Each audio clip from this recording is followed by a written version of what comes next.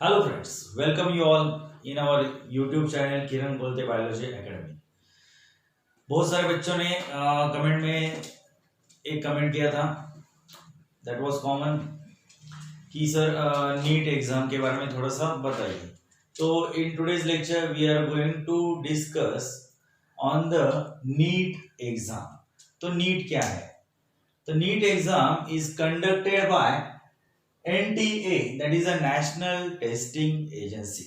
तो NTA conduct करता है NEET exam for the courses undergraduate courses after 12th standard from medical.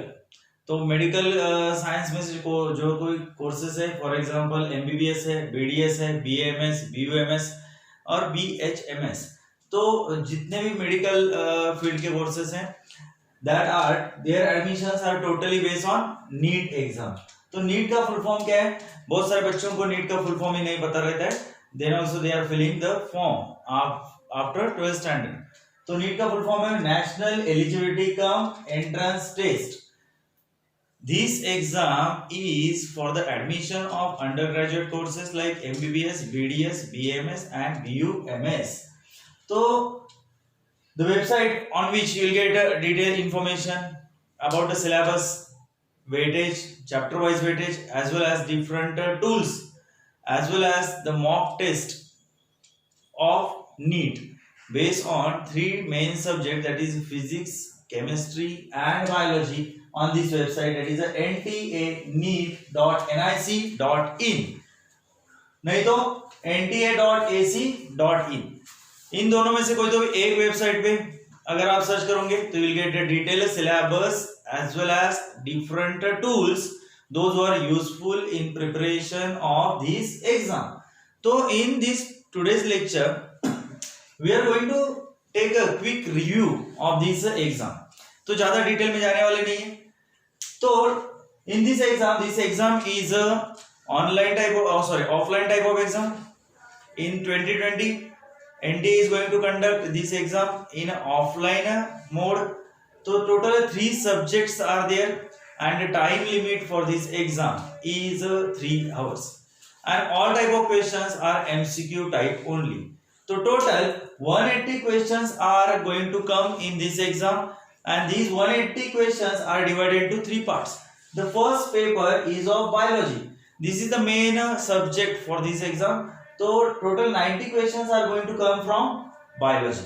Now here the 50% question, 50 to 51 or 52% questions are going to come from 11th syllabus and 48 or 49% or 50% questions are going to come from 12th syllabus। तो here biology में दो है, एक है botany and second है zoology। तो botany से 45 MCQs आने वाले हैं और जूलॉजी से 45 MCQs आने वाले हैं। तो सबसे ज्यादा वेटेज किसको है? बायोलॉजी को, because 90 MCQs are going to come from single subject. whereas chemistry में से 3 सब स्ट्रीम्स है, उसमें physical chemistry, organic chemistry and inorganic chemistry. तो ये तीनों में से 45 क्वेश्चंस आने वाले हैं MCQ and from physics also 45 MCQs are going to come। तो टोटल कितने MCQ हो गए? 180 MCQ। तो each correct answer is going to give you 4 mark। तो 4 mark for correct answer। अगर आपका आंसर करेक्ट है तो one single correct tick is going to give you 4 mark। तो अगर आप एक करेक्ट आंसर दे दो तो 4 मार्क मिलने वाले। बट अगर आप एक गलत जवाब दे दो, there is an negative marking for wrong answer. अगर एक गलत जवाब है तो for wrong answer they are going to cut -1 mark. अगर if you put a 2 tick for 1 MCQ then also that is going to consider as a wrong answer। अगर 2-3 टिक करते हो एक ही क्वेश्चन के लिए then that is also considered as a wrong answer। So at that time also they are going to deduct 1 mark। Got it? Now here तो total 180 questions means if 4 mark for each question तो total come 720 marks। तो पूरा exam कितने mark के लिए है? 720. तो if you want to take a admission in a well-known reputed government college in our India as well as in our Maharashtra, तो basically you have to score more than 550 out of 720 marks. अगर आपको government medical college में admission चाहिए based on your NEET result, then minimum you have to score more than 550 marks out of 720. Out of 720. तो ये exam कितने भाषा में conduct होती है? तो इन 11 different languages in India. This exam is conducted in 11 different languages.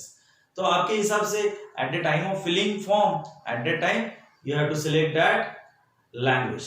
अभी तो फिलहाल एग्जाम बहुत सारे बच्चों ने फॉर्म भर लिया है, प्रोसेस भी क्लोज हुआ है. अभी in this year the exam is going to conduct on 26 July. Due to ये थोड़ा पोस्टपोन हुआ है. We all are suffering from corona pandemic. Therefore, this exam this year has postponed on 26 July. अभी admit card और hall ticket कब मिलने वाले? तो for admit card and hall ticket daily and routinely you have to check the official website of NEET, that is nta.ac.in, or that I already told you nta.nic or nic.in. तो exam से पहले 15 दिनों में आपको hall ticket नहीं तो admit card मिल जाएंगे. तो एग्जाम का डेट है 26 जुलाई 2020. तो अभी थोड़ा सा देखते हैं सिलेबस ऑफ बायो. तो डिटेल में अगर सिलेबस चाहिए तो you have to visit the same website. On that you will get a detailed syllabus for physics, chemistry and biology. तो बायो का सिलेबस थोड़ा सा देख लेते हैं. तो 11वीं में से क्या कौन कौन से चैप्टर इंपॉर्टेंट है? तो diversity in living organism, this is from the syllabus of 11th standard. Diversity in living organism, उधर हमने बहुत सारे लिविंग ऑर्गेनिज्म के डाइवर्सिटी के बारे में देखा है, starting from bacteria, then we had seen prokaryotes, eukaryotes, उसके बाद ब्रायोफाइट्स देखा, डेडोफाइट्स देखा, जिम्नोस्पर्म देखा, एंजियोस्पर्म देखा और बहुत सारे एनिमल किंगडम एनिमलिया वो भी हमने देखा. तो that all comes in this unit. Second important topic कौन सा है? Structural organisation in living organism. Living organism यानी प्लांट एंड एनिमल्स दोनों का स्ट्रक्चरल ऑर्गेनाइजेशन. तो in this chapter we had seen about the body pattern, different thing, then cell structure and function. तो one more name for this topic is biochemistry of cell. That is also important from NEET point of view from 11th syllabus. Next topic है plant and animal physiology. Plant and animal physiology, उसमें plant के बारे में देखा तो respiration है, photosynthesis है. Animal के बारे में देखा तो एक्सक्रीशन है, सर्कुलेशन है, कंट्रोल कोऑर्डिनेशन है, हार्मोनल कोऑर्डिनेशन है, एक्सेट्रा. तो these are the important topics or units from the 11th standard syllabus. अभी 12वीं से देखते हैं 12th standard से. तो from 12th standard the important unit for NEET exam they are genetics and evolution. Genetics and evolution. Second one biology in human welfare. Biology in human welfare.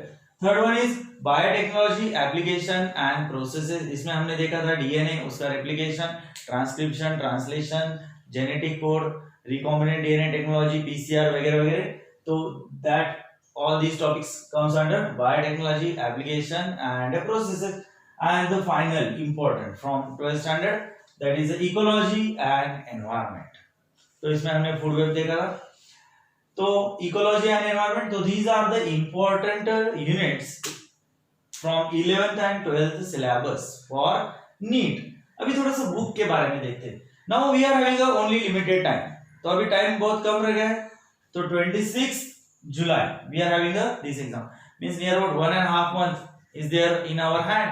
तो इतने कम समय में how we have to prepare for a NEET to score good marks.